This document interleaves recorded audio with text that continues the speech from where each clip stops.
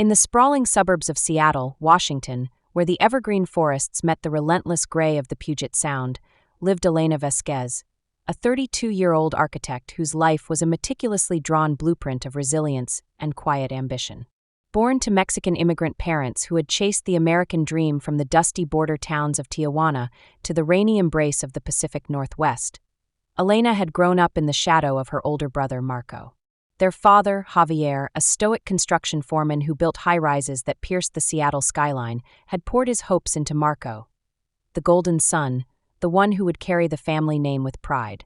Elena, with her wild curls and sharper mind, was the afterthought, the little helper who fixed the leaky roofs and balanced the books while Marco partied through community college.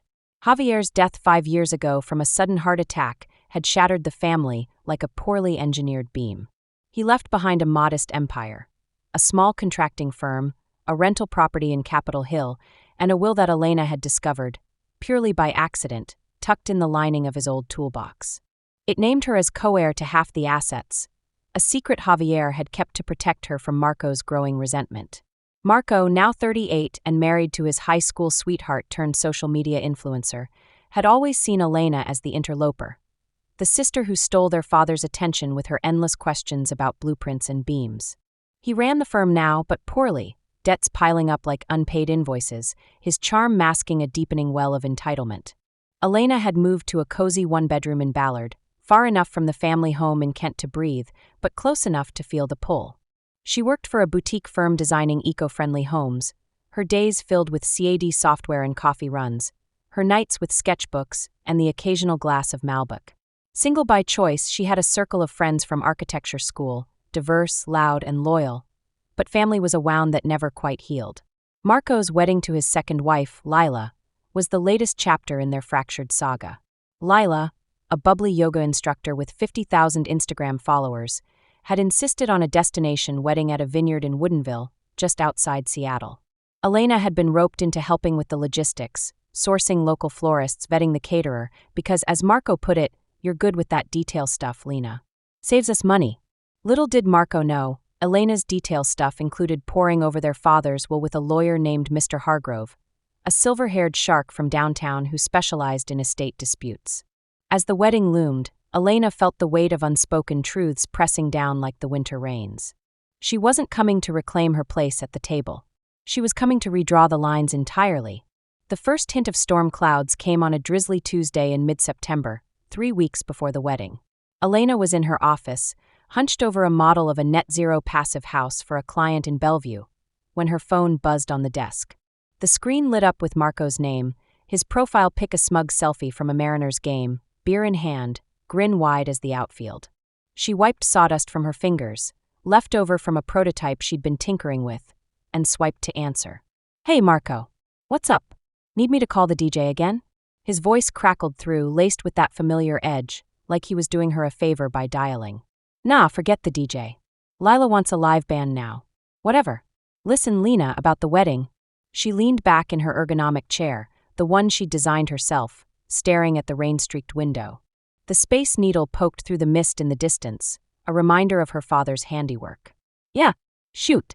There was a pause, the kind that stretched like taffy, and then, "Look, it's gonna be intimate. Family, close friends. You know how Lila is, wants it perfect. And, it's probably best if you sit this one out." Elena's heart did a slow somersault, but her voice stayed steady, architect-level precise. "Sit it out. Marco, I've been planning half this thing. The venue, the menus. Yeah, and thanks for that," he cut in, too quick, too casual. "But it's better without you. Drama-free. You've always got that vibe, you know? Stirring stuff up. Just text me if you need anything from the house later." The line went dead before she could respond. Elena sat there, phone clutched in her hand, the rain pattering like accusatory fingers on the glass. "Better without you." The words echoed Javier's old stories of being turned away at job sites. "No Mexicans today, buddy, but this was family. Blood." She set the phone down, opened her texts, and typed one word. "Understood." No exclamation, no plea. Just the cold finality of a signature on a contract. She hit send, then blocked his number for good measure. Not out of spite, at least not entirely. Out of survival. That night, over takeout tacos from the truck on Market Street, Elena called Mr. Hargrove. His office was a fortress of mahogany and leather-bound ledgers, a world away from her drafting table. "Elena," he greeted, his voice gravelly from years of depositions. "I trust you're well. What's brewing?" She recounted the call, her words measured like laying bricks. "It's time, Mr. Hargrove. The wedding's in 3 weeks. I want the papers served on the day. At the vineyard." A low chuckle rumbled through the line. "Bold. I like it. Your father's will is ironclad. Half the firm, half the property. Marco's been siphoning funds. I've got the audits to prove mismanagement. This isn't revenge, Elena. It's justice." She sipped her margarita, the salt biting her lip. "Call it what it is. He wanted me gone. Now he'll see what that costs." Hargrove paused, then, "I'll have the process server ready. Dress sharp. You're not just a guest, you're the reckoning." The weeks blurred into a frenzy of forced normalcy. Elena threw herself into work, finalizing the passive house design and pitching a community center for low-income families in South Park, inspired by Javier's tales of building homes for those the city forgot. Her friends noticed the shift. Over beers at the Tractor Tavern, her best friend Sofia, a structural engineer with a laugh like thunder, prodded gently. "Spill, Vasquez. You're glowing, but it's the pissed-off kind." Elena swirled her IPA, the foam clinging like unresolved tension. "Marco uninvited me from the wedding. Said it'd be better without me." Sofia's eyes narrowed, her Puerto Rican fire flaring. "That cabron. After all you've done. Let him choke on his cake." "I replied with one word," Elena said, a ghost of a smile tugging her lips. "Understood." Sofia raised her glass. "To understandings that bite back." Words spread in their circle, whispers of support, offers to crash the vineyard with pitchforks, met with Elena's eye rolls. But she kept the will under wraps, a ace up her sleeve. Instead, she focused on the little rebellions, donating her unused wedding planning notes to a local shelter's event committee, sketching a tattoo of a blueprint compass on her ankle as a reminder that directions could change. Marco, oblivious, flooded the family group chat with updates, Lila's dress fittings, the string quartet from Bellevue. Their mother, Rosa, a soft-spoken seamstress who still lived in the Kent house, sent Elena private texts laced with worry. "Mijo didn't mean it, Mija. Come anyway? For me." Elena replied with hearts and deflections, her love for Rosa a tether she wouldn't snap. But she knew. Showing up uninvited would only fuel Marco's narrative of her as the troublemaker. The night before the wedding, Elena couldn't sleep. She drove to the family home under a full moon, the roads slick with autumn leaves. The house was dark, save for the porch light Javier had installed himself. She sat in her car, engine idling, remembering Christmases here. Marco hogging the tamales, her building forts from wrapping paper while Rosa sang Feliz Navidad. Javier's toolbox sat in the garage, a relic she'd claimed after the funeral. Inside, folded neatly, was the will. "To my son Marco, the strength to lead. To my daughter Elena, the vision to build." Equally always. Tears pricked her eyes, but she blinked them away. Tomorrow wasn't about tears. It was about blueprints redrawn. The vineyard in Woodinville was a postcard of excess. Rolling hills carpeted in Cabernet vines, a rustic barn strung with fairy lights, the air thick with the scent of fermenting grapes and fresh-cut peonies. Guests milled about in linen suits and sundresses, champagne flutes bubbling like suppressed laughter. Marco and Lila's ceremony was set for noon under a pergola draped in ivy, the reception spilling into the tasting room with craft cocktails and a taco bar. Ironic, Elena thought, given their father's legacy. She arrived at 11:45, unannounced, in a tailored navy jumpsuit that hugged her curves like a second skin, her curls tamed into an elegant updo, silver hoop earrings glinting like warnings. No bouquet, no gift, just a leather clutch holding her ID, and a spare set of Hargrove's documents. Heads turned as she stepped from her Prius, the crunch of gravel under her heels a metronome to her pulse. Rosa spotted her first, weaving through the crowd with a gasp. "Elena! Ay, Dios, chúcame." She pulled her into a hug, rosewater and worry enveloping her. Marco said, "I thought." "Mom," Elena murmured, kissing her cheek. "I'm here for you. Always." Rosa's eyes darted to the pergola, where Marco stood in a crisp tux, laughing with groomsmen, his old fraternity brothers from UW, the ones who'd called Elena the nerd back in high school. Lila, radiant in ivory lace, fussed with her veil nearby. The officiant, a breezy woman with a clipboard, called for guests to find seats. Elena slipped into a back row, blending with distant cousins from Tacoma. The ceremony began with acoustic guitar strums of Can't Help Falling in Love, Lila gliding down the aisle on her father's arm. Vows exchanged, promises of forever, echoes of what Javier and Rosa had whispered in the kitchen. Marco's voice boomed, sincere in the moment. Lila, you're my partner in everything. No more half measures. Elena watched, a knot in her throat. Half measures. That's what he'd accused her of once when she suggested auditing the firm's books. As the officiant pronounced them husband and wife, applause rippled, and Marco dipped Lila for a kiss that drew whoops from the crowd. The reception kicked off with toasts. Marco's best man, a real estate broker named Chad, droning about bro code and conquering the market. Elena nursed a sparkling water at the bar, nodding politely to aunts who asked why she was solo. Rosa hovered, pressing a plate of empanadas into her hands. Eat, Mija. You look fierce today. Fierce. Yes, that was the word.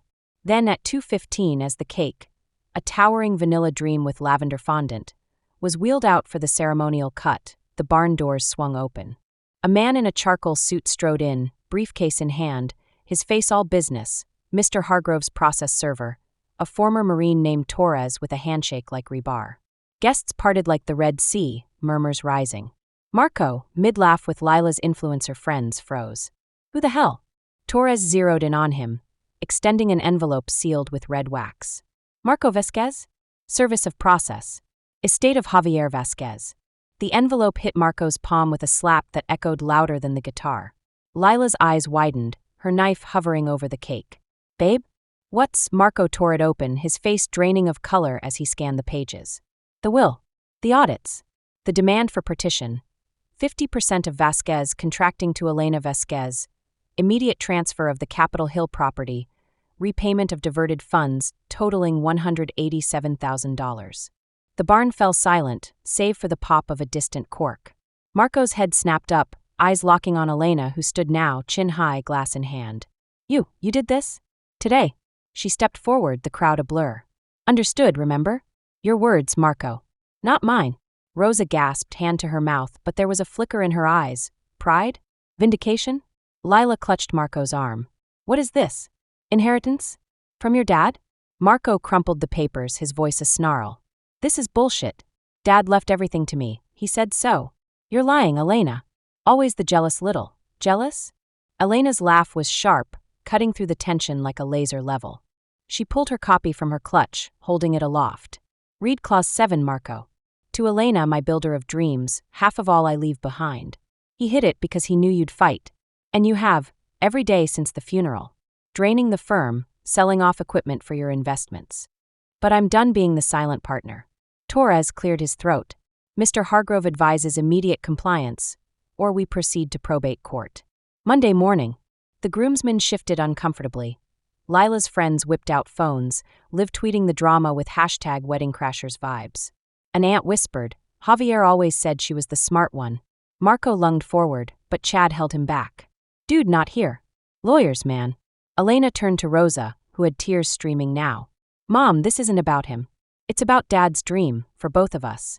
Rosa nodded, stepping between them, her voice steady for the first time in years. Marco, escúchame. Your father loved you both. But you've forgotten that. The vineyard air thickened, the fairy lights mocking the unraveling scene. Marco deflated, shoulders slumping, the tucks suddenly too tight. Lena, why today? Our day. Because you made it clear, she said softly, the fire ebbing to sorrow. Better without me. So here I am, without the drama you feared. Just the truth. Lila, ever the pragmatist, tugged Marco aside. We need to talk. Privately. The cake sat uncut, frosting melting in the September warmth. As the crowd dispersed into awkward clusters, some fleeing to the vines, others cornering Elena with questions, she felt the weight lift, like scaffolding removed from a finished build. Sophia texted, heard the buzz. You queen. Elena replied with a photo of the will. Checkmate. But victory tasted bittersweet. Later, as the sun dipped behind the cascades, Elena found Rosa on a bench overlooking the grapes. I'm sorry, Mom. For the timing. Rosa squeezed her hand. No, Mija. For the silence. I knew about the will, your father told me. But I let Marco. I was afraid. Elena leaned her head on Rosa's shoulder. No more afraid. We're building from here. Marco approached then, alone, Lila's laughter echoing from the barn. His eyes were red-rimmed, the golden sun tarnished. I didn't know. About the will. Or how bad the firm's been. Liar, Elena said, but gently. You knew. And now we fix it. Together or not. He sat, the bench creaking. Together. Half and half. Like Dad wanted. The first stars pricked the twilight, and for the first time in years the Vasquez name felt whole again. Not perfect, not without cracks, but solid. Engineered to last. In the months that followed, the wedding's chaos became family legend, retold at Thanksgiving with less venom each year. Elena and Marco co-managed the firm, her visions breathing life into sustainable projects. A tiny home village for unhoused veterans, green retrofits for Seattle's aging schools. Lila, surprisingly, became an ally, her Instagram pivoting to family reconciliation posts that boosted the business. Elena got that tattoo, the blueprint compass, inking it on the vineyard's anniversary.